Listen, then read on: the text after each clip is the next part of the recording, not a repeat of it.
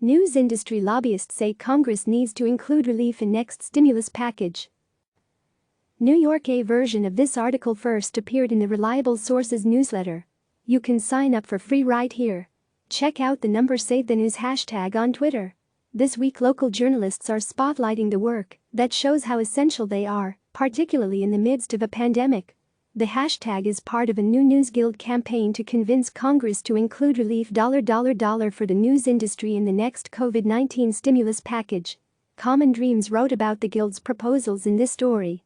The union wants direct grants to workers at local print and online news outlets. If not direct grants, then expanded access to the Paycheck Protection Program for news outlets, or at the very least, increased federal spending on ads in local papers to make up for recently lost revenue.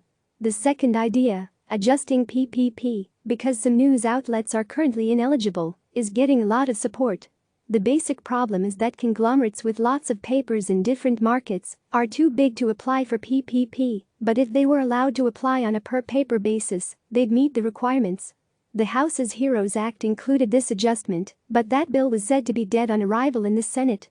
However, a bipartisan group of senators are supporting the exact same fix. After all, every senator has hometown news outlets to look after. So this particular idea is not dead. NewsGuild, representing employees, is far from the only outfit lobbying for relief. Trade associations representing newspaper owners and TV and radio stations are also pushing for action. The key questions are, when will Mitch McConnell let the Senate pass another rescue package? And will the GOP incorporate any of the proposed provisions that would help local outlets? Here's the latest from CNN on the bill timing. The coronavirus has closed more than 25 local newsrooms across America. And counting.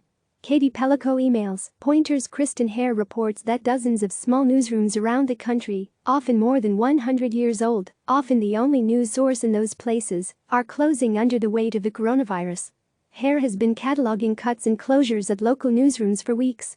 She tweeted, "In the process of reporting on layoffs, I've gotten pretty regular tips about newsroom closures. I started collecting them. At 10, I told my boss it should be a story. I started writing. By the time I finished, there were more than 25.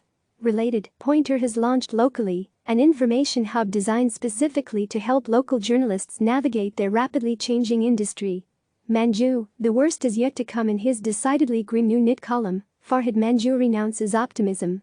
He suggests we should spend more time considering the real possibility that every problem we face will get much worse than we ever imagined. The coronavirus is like a heat-seeking missile designed to frustrate progress in almost every corner of society, from politics to the economy to the environment. Manju says the only way to avoid the worst fate might be to dwell on it. To forestall doom, it's time to go full doomer."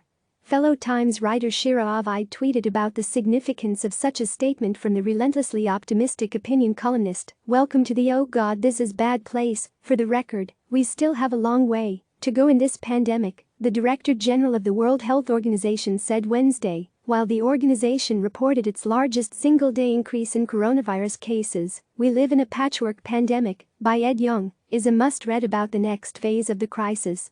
Young points out the inherent danger in news outlets hyping rare acts of incaution versus the much more common scene of people responsibly staying at home. The Atlantic, a mix of humility and apprehensiveness seems the best guide as we devise policy for the COVID-19 age, Nick Christoph writes. That approach seems to apply to the news coverage too, Nit. In other news, the big three nightly newscasts all led with the flooding emergency in Michigan. ABC, Norah O'Donnell addressed Tuesday's technical failure and chalked it up to working in the era of COVID-19. Mediate, Today in Trump, his steady stream of tweeted allegations, all unsubstantiated or just false, told a sinister story, even by his own conspiracy around every corner standard. Kevin Liptak wrote, WAPO's Thursday lead, Trump threatens states over plans for mail-in voting. WAPO. Sneak peek, Times new cover story, out Thursday morning, is about Generation Pandemic, looking at how the pandemic will shape the class of 2020. Charlotte Alter authored the story, and the cover features a photo taken by a new graduate. Click subscribe to receive the latest news.